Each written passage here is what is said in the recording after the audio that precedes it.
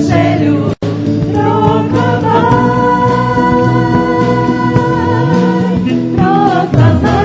por toda a terra, proclamai por todas as nações, proclamai o poder que do alto vem, até os confins da terra, o Evangelho proclamai.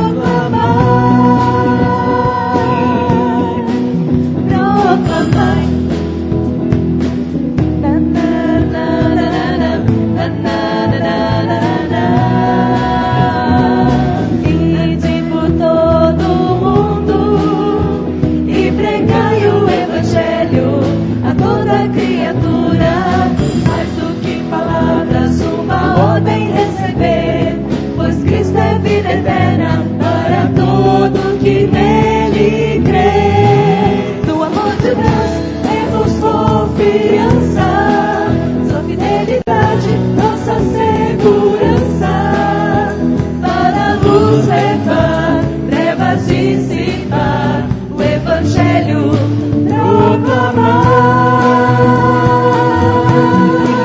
proclamai por toda a terra, proclamai por todas as nações, proclamai o poder que do alto vem, até os confins da terra, o Evangelho proclamai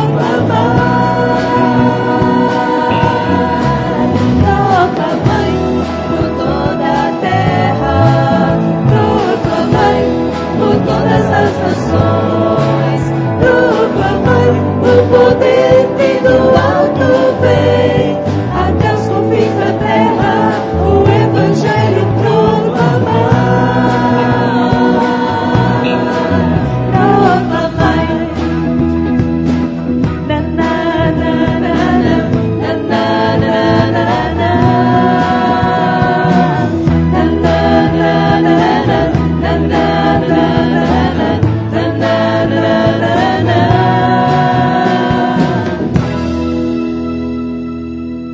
Amém? Graça e paz em nome de Jesus. Para que fomos chamados? Para que fomos feitos? Vamos abrir a nossa Bíblia em Isaías 49.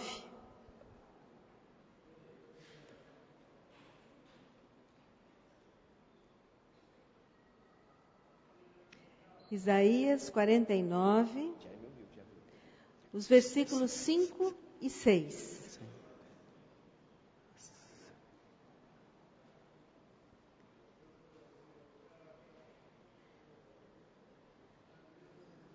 E agora o Senhor diz: aquele que me formou no ventre para ser o seu servo, para trazer de volta Jacó e reunir Israel a ele mesmo, pois sou honrado aos olhos do Senhor, e o meu Deus tem sido a minha força. Ele diz: para você é coisa pequena demais ser meu servo para restaurar as tribos de Jacó e trazer de volta aqueles de Israel que eu guardei. Também farei de você uma luz para os gentios, para que você leve a minha salvação até os confins da terra. A gente sabe que a gente foi feito para levar o Evangelho. A gente sabe que a gente foi feito para cumprir o propósito de Deus. Mas muitas vezes não é fácil. Não é fácil no mundo que vivemos testemunharmos e testificarmos do amor de Deus, porque nós não sabemos amar. E a gente deve testemunhar e testificar sem nem menos a gente precisar proferir palavra alguma. As nossas atitudes falam muito mais do que aquilo que a gente possa dizer. Mas não é fácil. Não é fácil, principalmente, a gente entender que não é a minha luz que vai brilhar. Não é o meu eu que deve aparecer. Mas eu só vou conseguir testemunhar e testificar do amor de Deus quando a minha intimidade com Deus, a minha ligação direta com Deus, é que vai fazer a glória de Deus se manifestar. e transformar vidas e alcançar vidas. Para que eu possa levar o Evangelho e testemunhar, eu preciso ter o Evangelho em mim. Eu preciso crer. E isso depende da minha intimidade com Deus. Não é fácil ser cristão nos nossos dias. Há muita pressão, há muitas seduções nesse mundo para que a gente se desvie da vontade de Deus. Essa manhã nós estamos sendo desafiados a, apesar das circunstâncias. Eu não sei como você está, como está a sua vida, mas creio que, pelo que a gente conversa com todas as pessoas em qualquer lugar, há muitas aflições, há muitas enfermidades, há muitas tristezas, desânimos e depressões, há muitos medos. Mas a nossa comunhão com Deus afasta todo medo, afasta toda aflição. E hoje eu quero, junto com você, ser desafiado a brilhar por Jesus, a buscar essa intimidade com Deus. Entregue as tuas aflições, os teus medos, as suas inseguranças, o teu desânimo, entrega nas mãos de Deus. E fala: Senhor, brilha por mim, brilha através de mim. Você quer, junto comigo, fazer esse compromisso com Deus? Quer começar esse culto entregando a sua vida na mão de Deus? Entregando tudo no altar de Deus, aos pés de Deus, e dizer: Senhor, eu quero brilhar por Ti. Amém? Vamos ficar em pé? Eu quero ouvir a igreja cantando com o coração desejoso. Amém?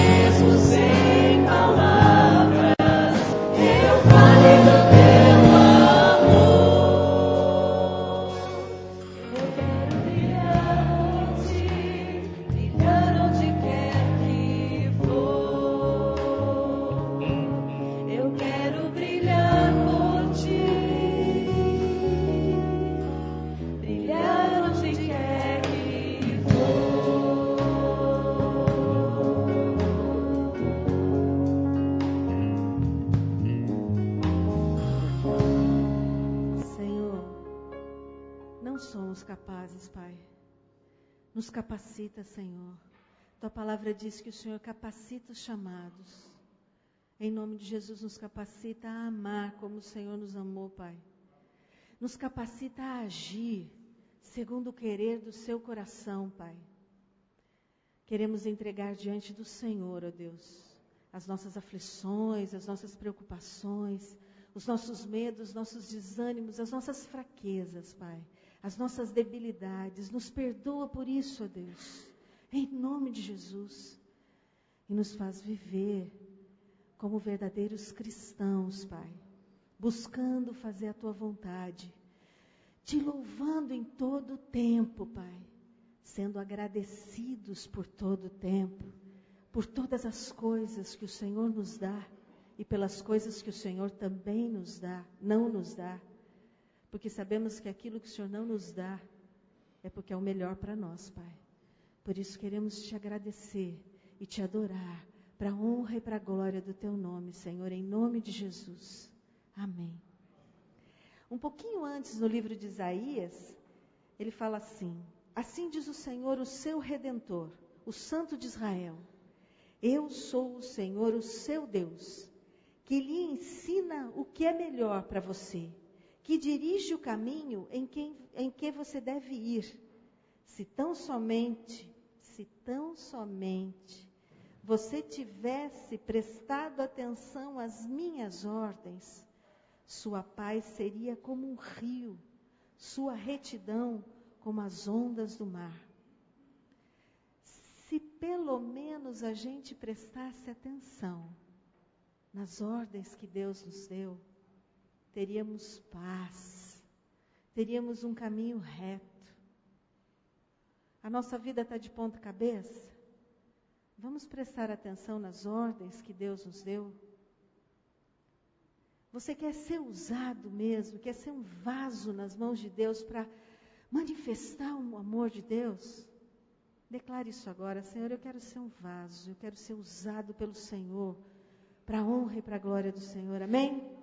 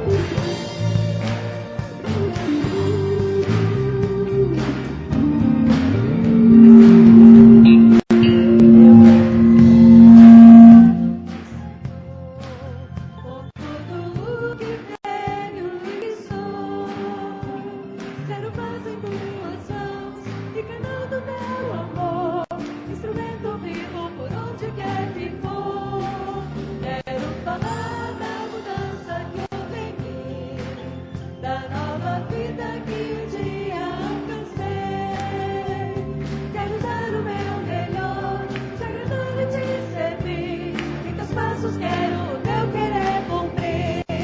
Eis-me aqui, sou um servo ao teu dispor. Reina em mim, pra que o mundo possa ver tua luz em meio às trevas e teu grande salvação, que liberta o homem, traz a paz e dá perdão. Eis-me aqui, sou um servo ao teu dispor. Reina em mim, pra que o mundo possa ver tua luz em meio às trevas e teu grande salvação, que liberta o homem, traz a paz e dá perdão. Que liberta o homem, traz a paz e dá perdão. Que liberta o homem, traz a paz e dá perdão.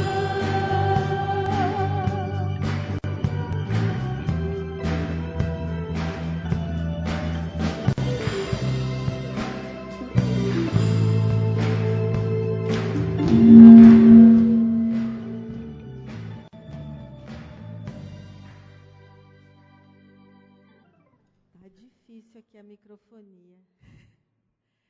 Gente, até onde a gente está disposto a ir com o projeto de Deus na nossa vida?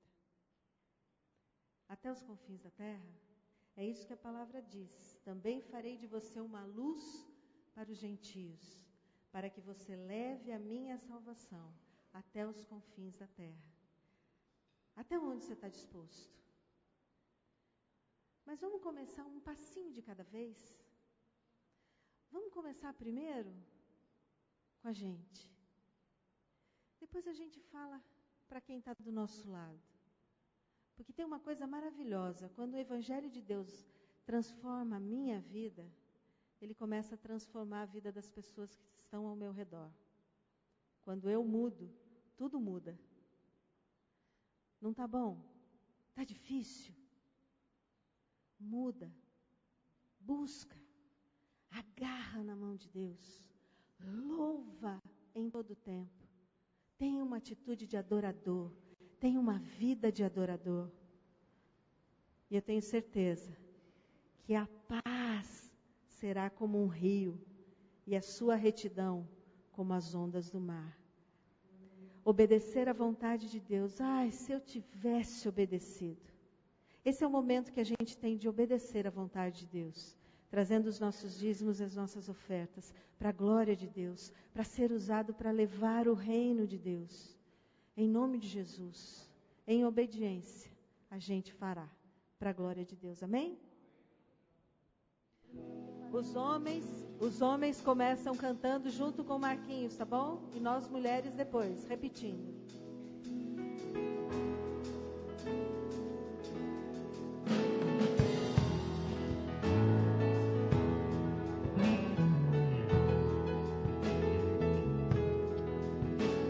Os confins da terra, Desde os confins da terra, no mais profundo mar, no mais profundo mar, nas alturas do céu, nas alturas do céu, louvado és, dentro dos corações, dentro dos corações, em meio a um clamor, em meio a um clamor, nasce esta canção. nasce esta canção que os povos cantam por toda a eternidade. Tu serás adorado, grande Deus, exaltado nas nações, Senhor da criação, grande Deus, seja louvado. Desde os confins da terra, Desde os confins da no terra, mais profundo mar, no mais profundo nas mar, alturas do céu, nas alturas do céu, louvado és, dentro dos corações, dentro dos em corações, meio a um clamor, em meio a um nasce clamor, esta canção. nasce esta canção que os povos cantam por toda a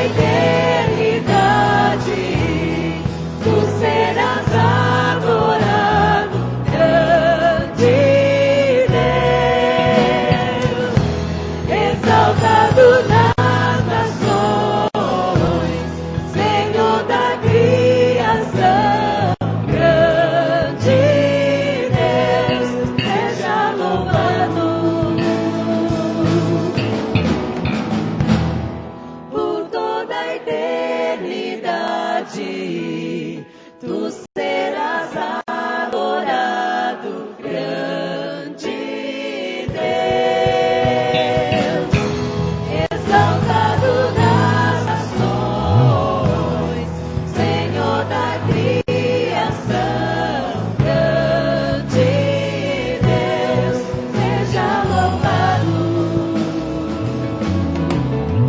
Desde os confins da terra, Desde os confins da no terra, mais profundo mar, no mais profundo nas mar, alturas do céu, nas alturas do céu, louvado és. Senhor, louvado seja o teu nome, Pai. Tu és grande, poderoso, Deus de amor, de misericórdia, Pai. Se não foram as tuas misericórdias, Pai, seríamos consumidos nesse mundo, mas a tua graça, Pai, a tua graça nos basta. Viver a tua vontade nos dá alegria, Pai, nos dá satisfação. Em nome de Jesus, ó Deus, toma os pedidos que estão depositados aqui no jarro de oração, Pai. O Senhor conhece cada um desses corações, cada uma dessas necessidades, assim como o Senhor conhece os nossos corações.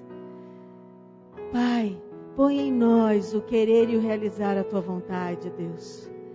Em nome de Jesus, nos faz desejar te servir, te adorar em todo o tempo da nossa vida, Pai. Toma os recursos depositados aqui à frente. Distribui, Pai, como bem lhe aprouver, para o crescimento do teu reino, Pai. Para o sustento dos teus filhos espalhados por este mundo, que estão na frente da batalha, Pai, levando o teu evangelho. Cuida deles, Pai, guarda-os, supre-lhes todas as necessidades, assim como o Senhor tem suprido as nossas, Pai. Obrigada, Deus, por este povo. Obrigada, Deus, por essa igreja. Obrigada, Deus, pelo teu amor, pela graça e pela tua misericórdia. Em nome de Jesus. Amém. Deus abençoe, meu irmão. Podemos sentar.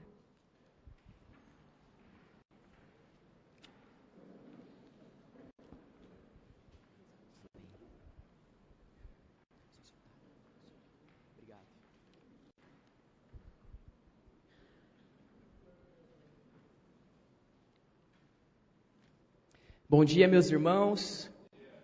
Que a graça e a paz do nosso Deus esteja sobre nós esta manhã. Amém?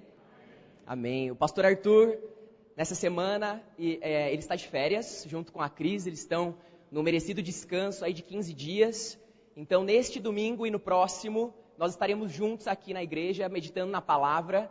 E o pastor Arthur vai ter um tempo de descanso. Interessante que nesse tempo de descanso, tanto hoje quanto no próximo domingo, ele está pregando em algum lugar.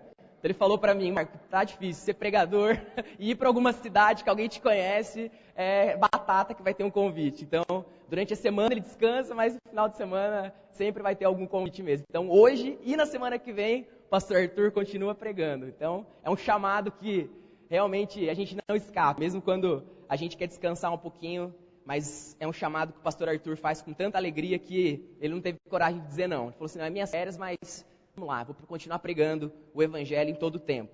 Mas lembrem-se de orar por ele, pela Cris, pelas crianças, para que de fato esse tempo seja um tempo de Deus revigorar as forças deles, para que o trabalho continue quando ele voltar aqui para a nossa igreja.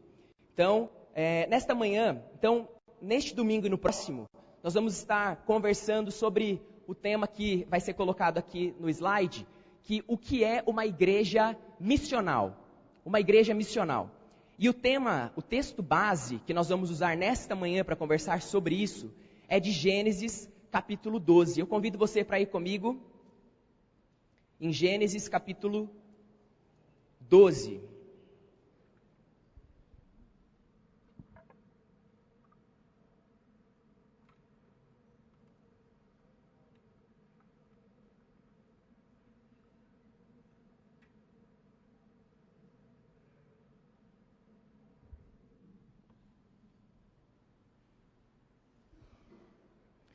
Nós leremos os primeiros 3 versículos sobre o chamado de Deus a Abrão. Acompanhem comigo a leitura. Ora, disse o Senhor a Abrão: sai da tua terra, da tua parentela e da casa do teu pai, e vai para a terra que eu te mostrarei. De ti farei uma grande nação, e te abençoarei, e te engrandecerei o nome. Sê tu uma bênção. Abençoarei os que te abençoarem, e amaldiçoarei os que te amaldiçoarem. Em ti serão benditas todas as famílias da terra. Vamos mais uma vez fechar os nossos olhos e orar ao Senhor? Deus, nós estamos na tua presença nesta manhã, e nós queremos, Senhor, aprender de ti. Nós queremos que o teu Espírito Santo fale conosco hoje de uma maneira que nós ouçamos. Portanto, faz-nos sensíveis à voz do Senhor. Abre o nosso coração, abre o nosso entendimento, Deus, e fala com a tua igreja. Ensina-nos, Deus, o que é que o Senhor tem para nós. Qual é a nossa missão, para que a gente não se desvie dela. Para que nós voltemos para ela, caso seja necessário. Para que a gente cumpra aquilo que o Senhor deseja de nós, como igreja, como filhos do Senhor, como povo do Senhor, aqui nesta terra. Fala conosco, Deus, nós te pedimos, em nome de Jesus. Amém. Meus irmãos, quando nós falamos de igreja, muitas imagens vêm à nossa mente, muitos conceitos diferentes vêm à nossa mente, porque nós estamos rodeados de inúmeras igrejas e de inúmeros tipos de igreja. E quando a gente olha por aí, a gente passa pelas ruas, a gente abre a televisão, liga nos canais religiosos, e a gente se depara ali com tantas versões de igreja, que talvez a gente tenha uma dificuldade no nosso tempo de definir igreja, de entender o que é igreja e qual é a missão dela, afinal. Talvez se eu perguntasse aqui, fizesse uma pesquisa, em que você tivesse que dizer para mim 3 coisas que você acredita que a igreja tem dever, é a missão da igreja. A igreja serve para isso. Eu não tenho dúvidas de que nós teríamos diversas respostas. Eu não acho que todos nós diríamos as mesmas 3 coisas. Eu acho que nós diríamos várias coisas diferentes. Porque cada um de nós vem de um lugar, vem de uma certa cultura religiosa que nos leva a ter uma visão de igreja. E eu quero colocar uma lista para vocês de algumas dessas imagens de igreja. Algumas coisas que permeiam a nossa mentalidade, talvez a sua também, sobre o que é igreja. Então eu coloquei algumas ali apenas. Visões de igreja. Shopping center, hospital, cinema, centro de assistência social e escola. Como assim? Shopping center é no sentido de que nós estamos acostumados com essa ideia de ir até um lugar como um cliente e de lá retirar aquilo que eu gosto. Ir lá numa prateleira e escolher aquilo que eu quero, o meu gosto pessoal. Então o que nós vemos é que muitas pessoas com esse conceito de igreja, misturado aí com o conceito de shoppings, de lojas, se tornam pessoas que vão até mesmo em igrejas, eles estão lá nas igrejas, só que eles escolhem. O que eu quero dessa igreja? O que essa igreja pode fazer por mim? Eu sou um cliente. Eu estou aqui, eu quero que as pessoas me sirvam. E eu vou na prateleira que a igreja tem para me oferecer, de tantas coisas que ela tem, eu vou lá e escolho a programação que eu gosto de ir, a mensagem que eu acho que vai ser legal de eu assistir, a série de mensagens que eu acho interessante, aquela que não for, talvez eu procure numa outra igreja, algo diferente, porque eu escolho. E eu olho para mim como um cliente. Então a igreja como um shopping. Tem algumas pessoas também que sempre vão olhar para a igreja como um hospital ou como um spa. Ou seja, a igreja serve porque eu preciso. Ela está lá porque o meu coração tem necessidade de um lugar de cura. O meu coração precisa, eu tenho tantos problemas, tantos traumas, eu já sofri tanto na vida, que eu preciso de um lugar onde eu possa ser cuidado. Então eu sou uma ovelha e a igreja está ali para cuidar de mim. E eu preciso desse cuidado para que eu fique bem. Ou talvez, se não é hospital, mas talvez eu estou legal. Mas eu quero ter um crescimento espiritual, eu quero estar de bem com a minha vida, eu quero ter uma boa saúde espiritual, então eu vou para a igreja. Ali é o lugar onde eu vou ser nutrido, ali é o lugar onde vão cuidar de mim, onde vão me dar todas as dicas nutricionais espirituais para que eu fique bem. Vão me dar todos os subsídios para que eu me alimente, fique bem, tenha uma saúde espiritual legal. Algumas pessoas olham para a igreja também como um cinema ou um teatro, dependendo do que você mais gosta. Então seria aquela ideia das pessoas que olham para a igreja como um lugar onde eu vou apenas para assistir a alguma coisa. Eu sou um espectador. Eu sento e ouço, seja no culto, seja na escola discipuladora, seja num curso que tem aqui disponível durante a semana. Eu vou como um espectador. Eu simplesmente me assento e absorvo, eu ouço. E também, como a gente faz quando a gente vai num cinema ou num teatro, eu tiro minhas conclusões, se aquilo foi bom, se aquilo não foi legal, se aquilo foi... que nota que eu dou para aquele tipo de demonstração, porque eu estou ali como um espectador. Estou esperando para ver o que vão fazer para que eu fique entretido. É o entretenimento. E se a igreja não me entretém, então eu mudo, porque tem alguma que me entretém. Eu vou procurar o melhor, vou procurar o lugar onde tem o melhor entretenimento. Porque o que eu busco na igreja é um lugar para eu estar bem. É mais um entretenimento dentre tantos que eu busco no meu dia a dia. Outros podem olhar para a igreja como um centro de assistência social. Então, a igreja serve para cuidar de todos os problemas do mundo. Tudo que está de errado no mundo, a igreja precisa achar um jeito de resolver. Então, só que é a igreja, não sou eu. É a igreja, como instituição. Então, eu espero que a minha igreja ou alguma igreja faça alguma coisa. Eu fico esperando, poxa, o que essas igrejas vão fazer para melhorar o meu bairro? O que essas igrejas vão fazer para resolver o problema aqui da pobreza? O que a igreja vai fazer? Mas é assim, lá, a igreja faz e eu cobro, porque é um centro de assistência social. Ou simplesmente uma escola, um lugar onde eu vou para aprender. É muito bom aprender. É muito bom ouvir mensagens, ensinos baseados na palavra de Deus em que eu aprendo. Eu creio que todos nós aqui temos esse prazer de aprender, de ouvir algo que é relevante para a nossa vida. Mas eu encaro a igreja apenas como uma escola. Eu vou para aprender. O que eu vou fazer com esse ensino não é tão importante. Talvez eu nem saiba o que fazer com ele. Mas eu gosto de aprender. Eu gosto de ter informação. Eu gosto de entender os textos. Eu gosto de curiosidades. Eu gosto de dizer que eu sei. Então eu vou para a igreja como uma escola. Bom, dessa lista, talvez você fale assim, poxa, mas a igreja não tem, dentre esses, algumas dessas funções? De fato tem. Eu não estou dizendo que a igreja não é um lugar para aprender. Eu não estou dizendo que a igreja não é um lugar para que a gente pense estratégias para cuidar da sociedade. Eu não estou dizendo que a igreja não é de fato um lugar de cura espiritual. Mas a igreja de fato não é um shopping e nem é um cinema. Mas qual que é o problema então do hospital, do centro de assistência social e da escola? O problema é quando essa é a única imagem que nós temos de igreja. Esse é o problema. O problema é quando eu vou para a igreja exclusivamente porque eu quero que as pessoas me sirvam. Exclusivamente porque eu estou sempre machucado. Exclusivamente porque eu quero aprender. Eu olho para a igreja e eu descubro aqui a lista de coisas que a igreja deve fazer. Então, de fato, alguns desses pontos, eles fazem parte do que igreja é, mas não definem igreja. Então a gente vai caminhar nesse domingo e no próximo, falando um pouquinho mais sobre o que é uma igreja missional. O que é uma igreja que faz a missão de Deus? Qual é essa missão que Deus deixou para nós de fato? Mas para que a gente possa descobrir isso, a gente precisa voltar um pouco no tempo, na verdade. Na verdade, para descobrir como que a gente chegou nessa lista. Como que a gente chegou nessa mentalidade que nós temos hoje. Então eu quero colocar 3 períodos da história para vocês. E a gente vai entender um pouquinho, de forma muito breve, bem resumida até, como que a gente chegou nessa mentalidade de igreja que a gente tem hoje.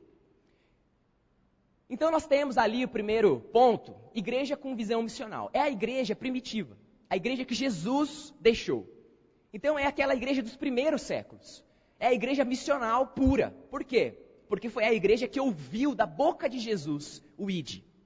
Ouviu que eles tinham uma missão.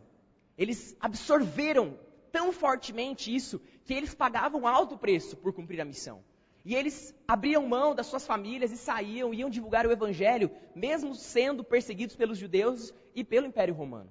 Era uma igreja missional, uma igreja que foi inclusive perseguida, martirizada, mas ela tinha no seu coração pulsando pela missão que Jesus deixou, olhando para fora, olhando para o outro. O id era por todo mundo. Então eles sempre tinham o seu olhar voltado para fora, para fora. Essa era a igreja missional lá da igreja primitiva, dos primeiros séculos. Mas os anos se passaram e a gente chega ali no 4º século. E o que acontece ali no 4º século? Que o que era uma igreja perseguida, o que era uma igreja que tinha que lutar contra dificuldades para cumprir a sua missão, agora se torna uma igreja como instituição. A igreja é institucionalizada. Então nós temos ali o império colocando o cristianismo como religião oficial. Isso acontece no 4º século. Então acontece uma mudança muito radical no cristianismo. O cristianismo que sempre foi, nesses 3 primeiros séculos, uma religião perseguida, uma religião que para que você se mantesse nela, você tinha que ter firmeza do seu chamado, porque senão você não queria pagar o preço. Agora não. Agora a igreja, ser cristão era a regra. Ser cristão era algo que todo mundo tinha que fazer, porque era uma determinação governamental. Então nós temos a igreja como instituição. Bom, isso poderia ser bom, num certo sentido, poderia ser ruim. O que será que aconteceu? Foi ruim porque o que aconteceu foram conversões forçadas e forjadas. Não eram cristãos genuínos, eles apenas estavam cumprindo uma determinação que vinha de cima. Mas a igreja, de fato, teve uma influência agora. A igreja saiu da periferia, saiu dos cantos, saiu de estar presa em algumas dificuldades, e agora a igreja tinha completa autonomia, porque agora ela estava ligada, entrelaçada com a política, com o governo. Agora ela tinha autonomia. Era uma igreja institucionalizada. Ela era uma igreja influente. Nos séculos seguintes, o que aconteceu foi que a igreja se tornou extremamente influente na Europa. Então o que a gente vê quando a gente estuda a história é que nesses séculos seguintes ao século IV, a igreja estava sempre à frente de tudo. A igreja sempre estava comandando a mentalidade geral, inclusive política. A igreja sempre estava conversando muito de perto com a sociedade e ditando as regras, ditando a mentalidade, ditando para onde a gente vai. Isso aconteceu por vários séculos depois do 4º século. É claro que a gente vê uma igreja que perdeu muito a sua missão, que se desviou muito das suas origens e que se corrompeu com o poder. A gente vê uma igreja que, ao invés de usar de repente, uma oportunidade, já que ganhou influência, de fazer, de fato, missão, como Jesus queria, essa igreja simplesmente se perdeu no poder, se perdeu na influência e se desviou completamente na sua missão e aderiu a outras bandeiras. E mesmo sendo uma igreja instituída, uma igreja que tinha autonomia, tinha poder, mas era uma igreja que se corrompeu. Uma igreja que se perdeu da sua missão. E daí então a gente caminha e a gente chega no século XVIII. O século XVIII é o século do iluminismo, o século do racionalismo. É quando a igreja começa a ser confrontada, porque sempre foi a igreja que ditou tudo. A mentalidade, a ciência era a igreja que dizia como as coisas funcionavam no mundo. Agora o iluminismo vem para falar assim, quer saber de uma coisa? Essa coisa de religião não explica muita coisa não. Essa ideia aqui de tudo é espiritual não funciona para nós. A gente quer começar a entender a vida racionalmente. E então surge o iluminismo. E nós temos então vários pensadores que se levantam indo contra essa visão de igreja e de religião e dizendo assim, não, a maneira melhor de nós vivermos é pautado pelo racionalismo. E daí então, aos poucos, a igreja vai novamente sendo colocada às margens e o que surge é o racionalismo. O que surge é os pensamentos. Agora, o que aconteceu foi uma outra inversão. Olha que interessante. A igreja que dominava, a igreja que estava no centro de tudo, da cultura, da política, do pensamento, no dia a dia das pessoas, a igreja que era o carro-chefe da sociedade, agora ela é tão confrontada que ela novamente é marginalizada, no sentido de que ela já não é mais vista como a referência. Agora a igreja é deixada de lado e o que surge é o racionalismo. O que surge é a ciência, excludente da religião, andando numa outra via, falando não, religião não é o caminho, vamos para a ciência. Então a gente percebe que a sociedade tem essa inversão. E é interessante, tem um livro que chama Verdade Absoluta, de uma autora americana chamada Nancy Pearcey. E ela, nesse livro, ela faz uma análise dessa sociedade que surgiu depois do iluminismo, e ela diz que a sociedade se tornou assim, como uma casa. Imagine uma casa, um sobrado. Então nós temos aqui o térreo e o andar de cima. Então o andar de baixo e o andar de cima, ela separa. E o que aconteceu com o iluminismo? Imaginem que o andar de baixo é tudo que a sociedade vê como relevante para ser discutido. É argumento válido. Ciência, política, questões que a gente pode pegar, números. Então, aqui no andar de baixo, nas nossas conversas, todo mundo concorda. Todo mundo discute, é relevante. E o andar de cima dessa casa seria a nossa mente, né? Seria tudo que é pessoal. Tudo que é sua opção pessoal. Então, por exemplo, você quer ser religioso? Ok, seja. Você é livre para ser religioso. Mas esse ponto da vida está no andar de cima. Ou seja, é seu, é subjetivo. Não queira trazer ele para o andar de baixo. Não queira pôr ele no mesmo nível de discussão do que essas coisas concretas que a gente fala. Do que as coisas que estão no jornal. Do que as coisas que a gente comenta sobre a política, sobre ciência. Religião não entra, porque é a sua opção pessoal de vida, de filosofia. Você quer ser regido por ela? Ok, mas ela não é relevante para a sociedade. Ela não é relevante para toda a humanidade. Ela é relevante para você, está no andar de cima, é sua visão de vida. Então ela faz essa leitura de como que a sociedade está hoje. Pós-iluminismo, é assim que funciona. E você concorda comigo, eu acredito. Quando você fala de religião, todo mundo tem aquela fala politicamente correta. Você quer ser religioso? Que bom para você. Faz bem para você? Ótimo. Seja religioso.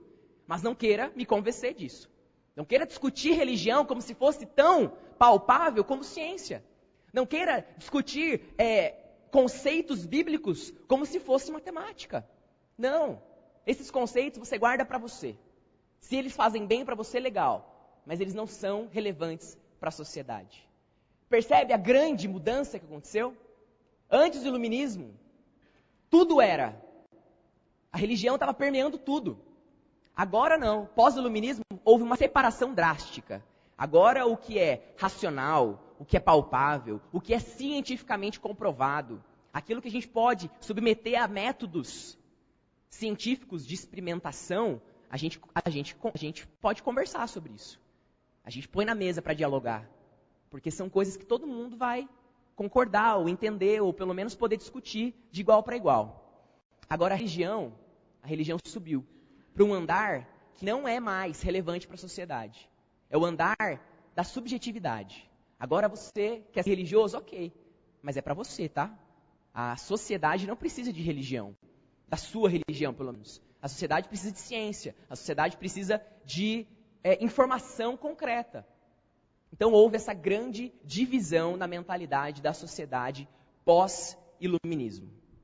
E é aí que a gente começa a caminhar para essas visões que a gente tem hoje de igreja. Por quê?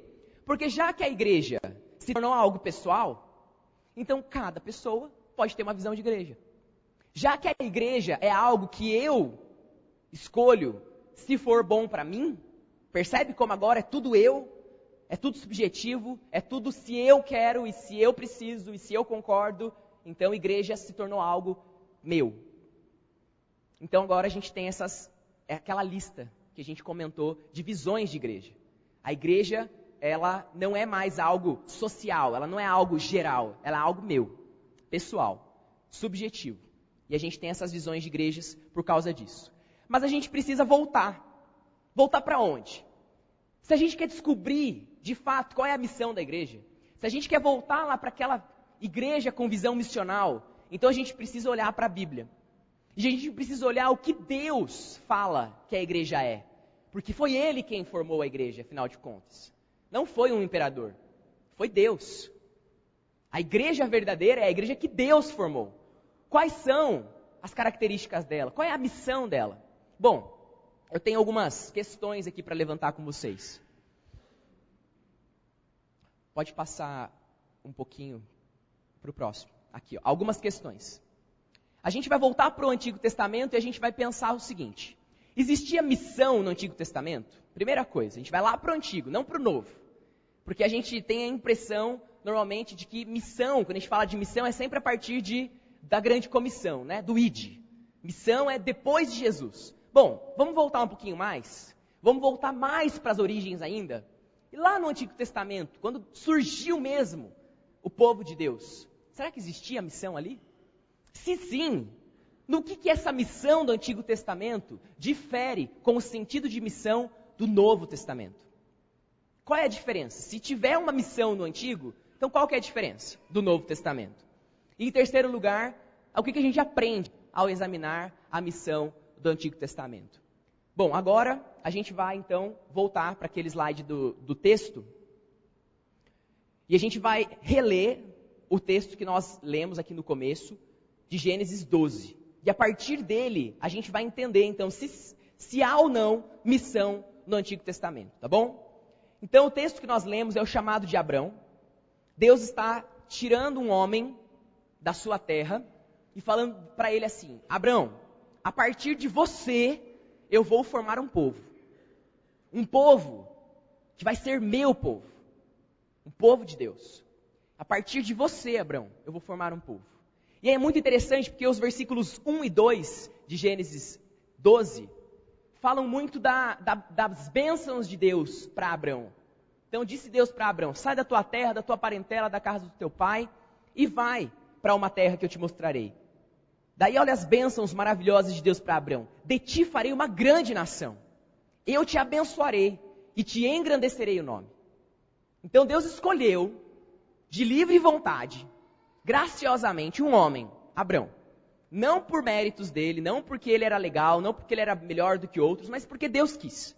Escolhe esse homem que não era judeu, religioso, ele não era um homem que conhecia Deus ainda, Deus se revelou para ele, ele era de uma cidade, Ur dos Caldeus, na Mesopotâmia, uma região politeísta. Então com certeza ele também tinha muito impregnado na sua mentalidade isso, mas Deus escolheu ele. E foi lá para Abrão e falou assim: Abrão, vem. E é muito interessante porque Deus não apenas chama Abrão, mas começa a abençoar Abrão de uma forma assim incrível. E diz para ele: Abrão, a partir de agora, eu te digo, a partir de você, eu vou fazer uma grande nação. Abrão, eu te abençoarei. E eu te engrandecerei o nome. São bênçãos. São dádivas. Abrão ouve aquilo e fala: tá bom. Tá bom. Abrão entende que ele está sendo escolhido para ser abençoado. Legal. E são grandes bênçãos. Grandes bênçãos. Deus está chamando esse homem para ser uma bênção. Ser tu uma bênção. Mas é muito interessante que o chamado de Abraão não para no versículo 2. Deus não para assim, dizendo para ele: Abraão, eu vou te chamar para te abençoar e para a partir de você formar um povo. Deus não para aqui. Porque se Deus parasse aqui, então simplesmente haveria um povo de Deus na terra e ponto final. Mas um povo sem missão. Um povo que teria contato com Deus, mas não teria missão alguma, a não ser servir o seu Deus. Mas o versículo 3 revela para nós que Deus deixa para Abrão uma missão. Abençoarei os que te abençoarem e amaldiçoarei os que te amaldiçoarem. Em ti serão benditas todas as famílias da terra. E daí eu destaco: em ti serão benditas todas as famílias da terra. Percebam o movimento. Percebam o movimento. Deus chama um homem, Abrão. Deus decide abençoar esse homem. Deus diz para esse homem que ele vai ser grande. E que dele uma grande nação vai surgir. Mas, a partir dele, da sua família, dessa nação que vai surgir com Abrão, o que vai acontecer? Todas as famílias da terra serão abençoadas. Então aqui nós vemos a semente. Quando Deus chamou um homem para a partir dele formar um povo, dentro desse chamado havia missão. Não era um povo que existiria para si mesmo. Não seria um povo ricamente abençoado por Deus apenas para receber as bênçãos, mas era um povo que precisaria, através disso, sendo um povo abençoado, abençoar as famílias da terra. Então, o próximo slide, depois desse texto, próximo, diz para nós um pouquinho sobre a missão do Antigo Testamento. Então, qual era então a missão do Antigo Testamento? A missão do povo de Deus era ser uma vitrine para os outros povos. Como assim uma vitrine? Os outros povos deveriam ver o povo de Deus como um povo diferente, como um povo abençoado pelo seu Deus, e então aqueles outros povos vizinhos veriam que o Deus deles era o Deus verdadeiro. Através da vida, através da diferença de culto, através de tudo que eles eram como povo de Deus, os preceitos que eles iriam seguir, as leis de Deus aqui do Antigo Testamento, eles seriam diferentes. E sendo diferentes, eles seriam vitrine. Bom, aqui a gente começa a discutir o segundo ponto.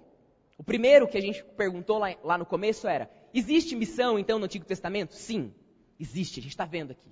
Eles deveriam ser bênção para as famílias da terra, para as nações da terra. Esta era a missão.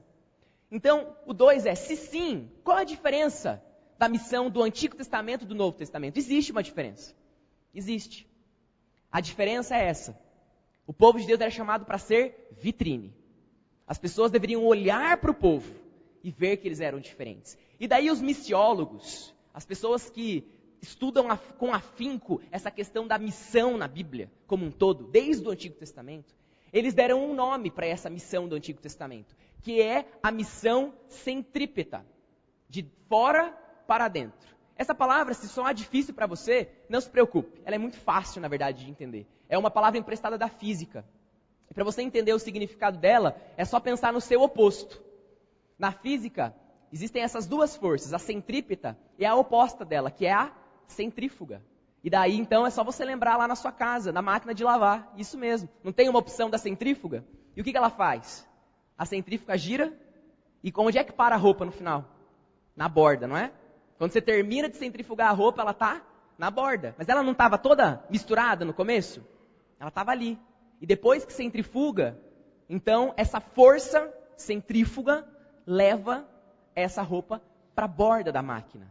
Então a centrífuga é uma força que leva para fora. Mas e a força centrípeta? É o contrário. É uma força que traz para dentro. Então a centrípeta é isso. É de fora para dentro. É a força que atrai, que vem de fora para dentro. Então essa é a grande questão do Antigo Testamento. O povo de Deus não foi chamado no Antigo Testamento para sair pelo mundo. No Antigo Testamento, o povo de Deus iria ficar ali na Terra Prometida, quietinho, parado. Como que eles iriam então abençoar as outras famílias? Eles seriam um modelo. Eles seriam uma vitrine. É essa missão centrípeta. As pessoas é que vêm ouvir. As pessoas é que ouvem falar do Deus de Israel. Os outros povos é que ouvem dizer que há um Deus poderoso em Israel, que há um povo diferente em Israel, e eles vêm conferir. E o povo de Deus deveria receber, deveria de fato atrair, deveria dizer, olha, é o nosso Deus. Se você olhar aqui, né, nos Salmos, por exemplo, os Salmos, os 150 que a gente tem aqui, eles são o inário do povo de Deus. E se a gente analisar as letras, a gente vai aprender muito sobre a mentalidade desse povo. Esse inário vai dizer sobre o que eles pensam, assim como o nosso também diz o que a gente pensa. Assim como as letras das músicas que a gente canta diz o que a gente acredita. E outras igrejas com as músicas que eles cantam também diz o que eles acreditam. Então se a gente olhar aqui nos Salmos, que originalmente eram os hinos cantados pelo povo para adorar a Deus, a gente vai ver que existe um ponto muito interessante que é repetido várias vezes.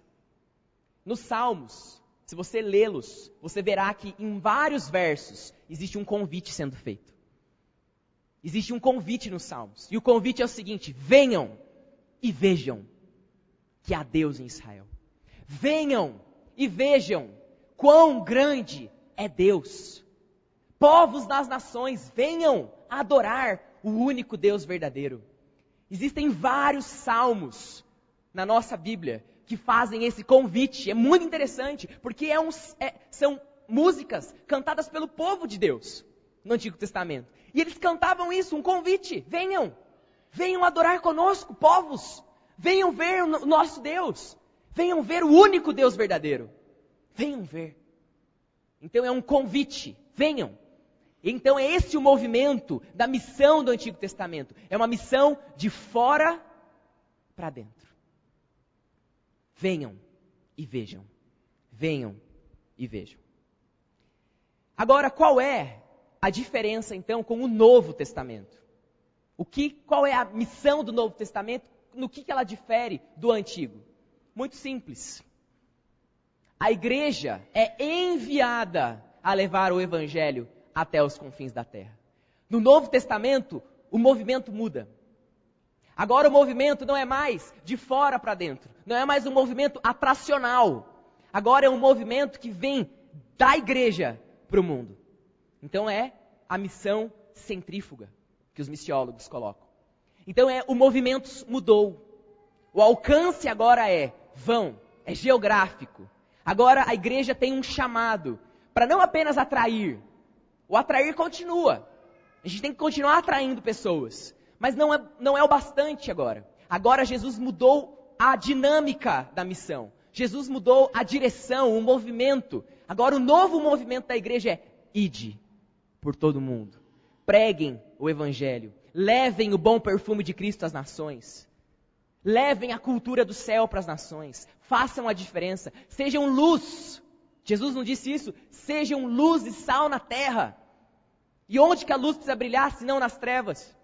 Agora não faz mais sentido o povo de Deus ficar encolhido lá, apenas atraindo. Venham para a luz. Agora a missão é: vamos levar a luz. Vamos até onde as trevas estão. Vamos até os perdidos. Vamos lá. Esse é o chamado de Jesus no Novo Testamento. O que eu quero que vocês percebam é que sempre existiu missão. É um erro pensar. Talvez você já pensou nisso. Que a missão só passou a existir no Novo Testamento. Então, esqueça. Nós estamos vendo aqui que sempre existiu missão. Sempre. No Antigo e no Novo. Está no coração de Deus. Desde o começo, quando Ele foi formar o povo, a semente de Israel, ali estava o chamado. A partir de você, Abraão, o meu desejo não é ficar aqui com vocês apenas, mas é que todas as famílias da terra sejam abençoadas. E não é apenas no chamado de Abraão que a gente detecta essa missão. A gente vê nos Salmos, como eu disse, sempre convidando, e a gente vê nos profetas. O texto que a Lígia leu aqui na ministração do louvor, de Isaías, fala justamente isso. Jacó, é muito pouco eu restaurar vocês apenas.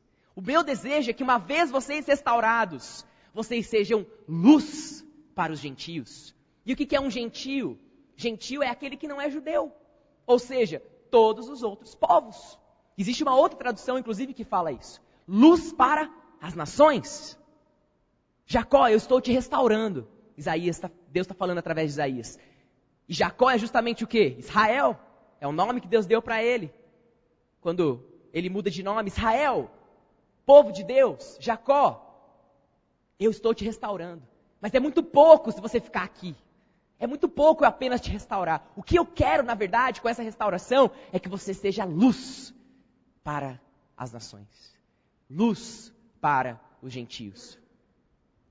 Quando Jesus vem, Ele não muda o discurso. Ele muda apenas a dinâmica. Ele continua convidando o povo de Deus para fazer a diferença, porque eles perderam a visão. O que aconteceu com os judeus no Antigo Testamento? Um erro. Eles ouviram o chamado. Abraão ouviu. Mas os seus descendentes foram perdendo a missão ao longo do tempo.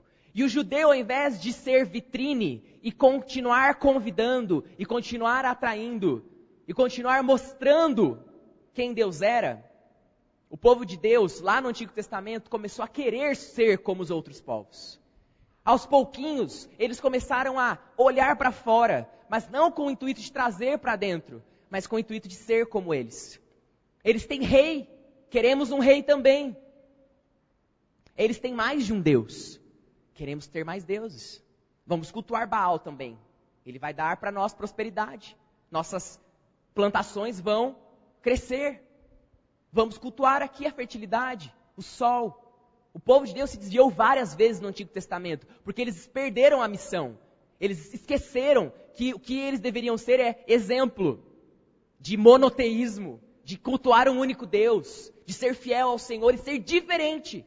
A missão deles era essa. Mas eles se cansaram de ser diferentes, eles começaram a querer ser igual.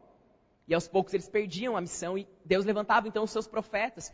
Muitas vezes levantou até mesmo o julgamento, o juízo, para despertar o povo através de tantos reinos que dominaram Israel ao longo dos anos. O juízo de Deus era para trazer o povo de volta para a missão. Não queiram ser iguais, queiram ser diferentes e atrair. Jesus não mudou esse discurso. Ele continua dizendo para os seus discípulos, não sejam iguais, não se misturem. Paulo, em seguida, diz para nós lá em Romanos, não se conformem, não tomem a forma do mundo, não sejam iguais. Só que agora a dinâmica muda. Agora a dinâmica é ir. Leve a cultura do reino de Deus por onde você passar. Sabe qual é a conclusão? E aí o próximo slide vai dizer isso para nós. Nós somos abençoados, meus irmãos. Não para a gente ficar aqui, curtindo essa bênção. Deus não nos escolheu para que a gente fosse um povo privilegiado apenas. Deus não te escolheu e te tirou lá das trevas apenas para você agora bater no peito e falar, eu sou o filho de Deus. Apenas para você sentar confortavelmente aos domingos na igreja e falar assim, que bênção de culto. Que alegria estar aqui. Como é bom ser filho de Deus. Não. Nós somos muito abençoados, como Abraão foi. Nós somos muito abençoados por Deus. Deus nos escolheu. Deus nos chama de filhos. Deus nos chama para ser amigos. Deus nos abençoa todos os dias. Nós temos a presença do Senhor conosco. Mas para quê? Não é para ficarmos parados. Não é para apenas ficarmos confortáveis. Mas nós somos abençoados para abençoar. Assim como Abraão. Abraão foi chamado, foi abençoado. Mas Deus falou, agora que você é uma bênção, Abraão, eu quero que a sua descendência seja uma bênção para as nações. E é assim para nós. Igreja, nós somos abençoados por Deus. Nós fomos escolhidos por Ele. Nós somos um povo santo.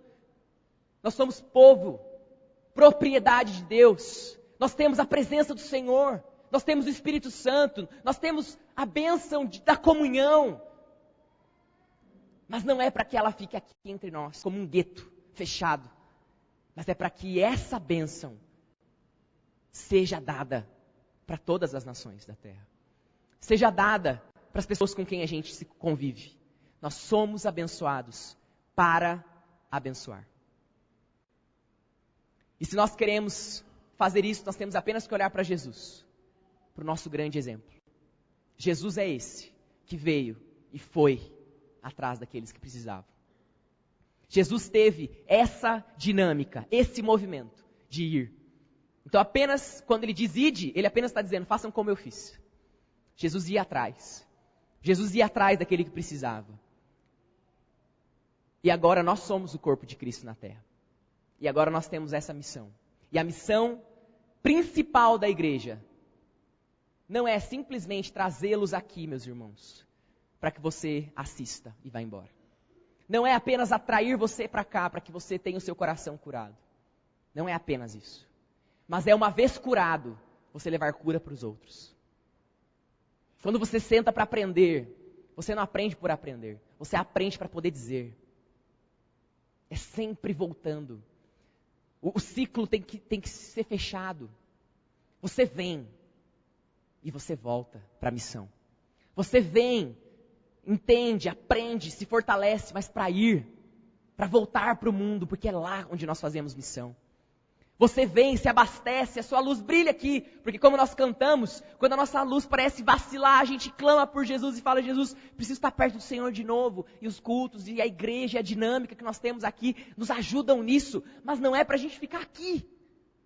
A missão é o movimento que volta. A gente vem e a gente vai. A gente é abençoado para abençoar. Tem que ter uma resposta.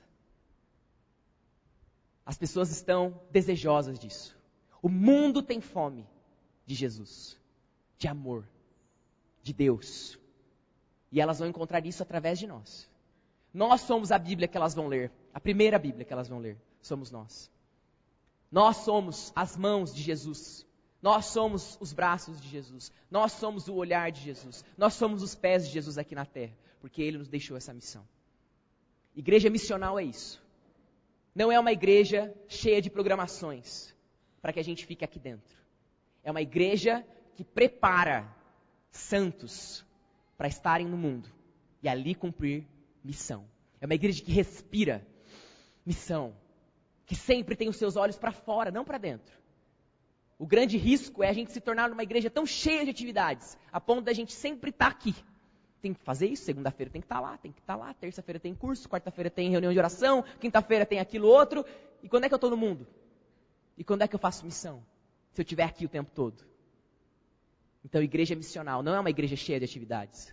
Uma igreja missional não é uma igreja cheia de boas programações para entreter pessoas.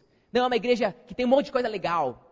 Uma igreja missional é uma igreja que encarna Jesus, a missão, e se torna bênção para todas as famílias da terra. Eu quero convidar você para cantar uma música que é uma resposta a essa missão. Uma música que fala justamente sobre isso. Uma música que diz que nós queremos ser como Jesus, que nós queremos ser as mãos de Jesus, que nós queremos ser os olhos de Jesus, que quando nós chegarmos perto de alguém, e esse movimento de ir para perto de alguém é nosso, porque Jesus nos disse para ir, que as pessoas vejam Jesus em nós. Quem as pessoas estão vendo? Será que nós somos vitrine?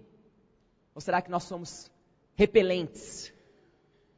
Que as pessoas olhem para nós, vejam Jesus, sejam atraídas por Ele, ouçam a voz do Mestre e sejam abençoados como nós somos. Vamos ficar em pé e vamos cantar essa música juntos em resposta?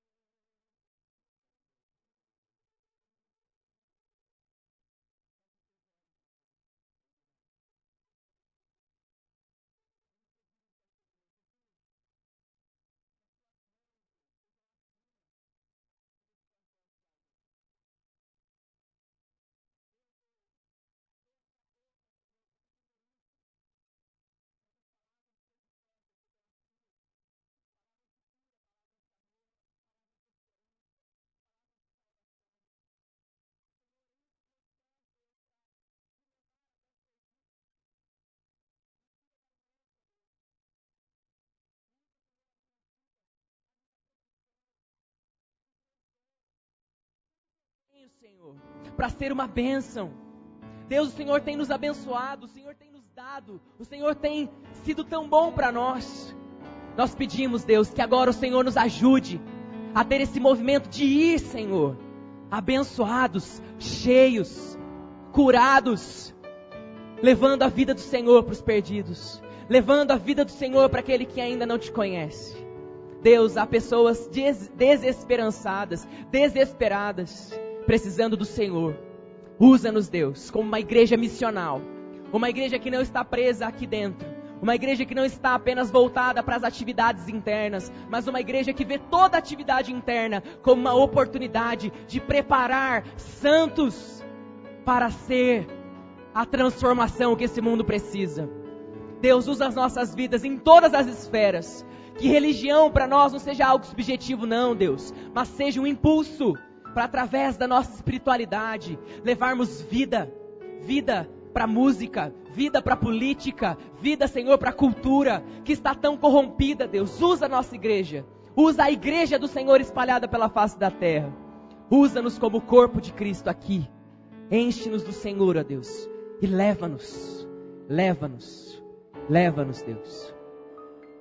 E agora, meus irmãos e irmãs, que a graça maravilhosa do nosso Senhor e Salvador Jesus Cristo, que o amor maravilhoso do nosso eterno e poderoso Pai, que a comunhão e o poder do Espírito Santo de Deus repouse sobre nós, mas que não permaneça em nós, mas para que a gente vá e seja bênção para todas as famílias da terra. Amém e amém. Amém, meus irmãos. Você pode se sentar por um momento? Eu quero pedir a sua atenção por alguns minutos apenas. Eu quero aproveitar esse momento de culto agora na manhã para te apresentar uma pessoa e junto com essa pessoa um projeto. Então eu quero convidar você para conhecer hoje o meu xará. Esse é o Marco. E ele vai compartilhar um pouquinho com vocês sobre um projeto que já é realidade em São Paulo, que é a Cristolândia, inclusive está aqui, né, na camiseta, Cristolândia, que é um trabalho com dependentes químicos. Eles entram mesmo lá na Cracolândia e levam luz para aquelas pessoas que precisam. E o Marco mora aqui em Sorocaba e ele está então com esse desejo e orando, e Deus já está começando a fazer um movimento parecido aqui, na nossa cidade. Nós sabemos o quanto nós precisamos. Então eu vou passar a palavra para o Marco e ele vai contar um pouquinho para vocês como é. E daí então, se você tiver interesse, você sabe então a quem procurar para contribuir. Marco, fala um pouquinho para a gente do projeto. Graça e paz, igreja. Pode ser melhor. Graça e paz. Bom dia a todos. Isso. Primeiro, obrigado por esse convite que a igreja me fez, de poder estar aqui reunidos com todos, né? E vocês deixaram o feriado prolongado para estar aqui na casa de Deus. Isso é muito importante. Então eu queria falar rapidamente sobre esse projeto da Cristolândia. Como eu vim parar na Cristolândia e qual o ideal que a gente tem aqui na cidade. Eu pertenço à Igreja Batista Central. Quem iniciou com a Cristolândia foram os batistas. Mas aí eu, em conversa com os coordenadores lá, que é o pastor Humberto e a irmã Soraya, ela falou, não, Marco, o objetivo nosso é unificar todas as igrejas nesse projeto. Por quê? Porque para Cristo não tinha placa de igreja. Então, quando você vê a pessoa com dificuldade, você tem mais que fazer alguma coisa em benefício dela. E o pastor Humberto e a irmã Soraya, eles são da Bahia. E quando a irmã Soraya estava para aposentar, ela ouviu um chamado de Deus dizendo que ela não iria se aposentar. Porque ela foi diretora do presídio feminino da Bahia, e ela falava para Deus, mas como que eu não vou me aposentar? Se eu já cumpri meu tempo de serviço, e você não vai se aposentar? Ela falou, não. O Deus falava para ela, não, você não vai se aposentar. E ela orando, e ela junto com o pastor Humberto, e ela falou, Deus, então me mostre o que eu devo fazer. Aí Deus encaminhou ela para São Paulo, e os dois chegaram então até a Cracolândia. Ela falou, meu Deus do céu, onde eu vim parar aqui, Senhor? E Deus começou a mostrar esse projeto para ela, desde 2009. Hoje são 8 Cracolândias, Cristolândia, no Brasil todo. Nós trabalhamos dentro desse, fazemos um encaminhamento, é lógico. Primeiro uma triagem, porque o viciado, às vezes ele não quer ser internado. E os pais ficam insistindo para internação, não, porque tem que internar, e ele não quer. E chega lá, fica 2, 3 dias dentro da Cristolândia, e às vezes até tomando vaga de outras pessoas que necessitam realmente da internação. Bem, um dia eu estava em casa e recebi um telefonema de um primo meu, dizendo que o filho dele estava, que é primo também, estava com o problema da pedra, ou do crack. E ele falou, Marco, eu sei que você está na igreja evangélica, parece que os evangélicos têm esse quê, parece que eles são mais unidos para esse trabalho com o próximo. O que você poderia me ajudar? Eu falei, bom, porque ele soube, porque o coral da Cristolândia veio aqui em Sorocaba, justamente com a irmã Soraya, que são pessoas que são recuperadas da droga. Então eu falei, olha, eu vou pedir uma orientação para o meu pastor e em seguida eu ligo para você. Muito bem, liguei para o pastor, pedi orientação para ele. Ele falou, Marco, você estava aqui quando o coral veio aqui em Sorocaba, não estava? Eu falei, estava. Ele falou, então eu vou passar o telefone da irmã Soraya para você.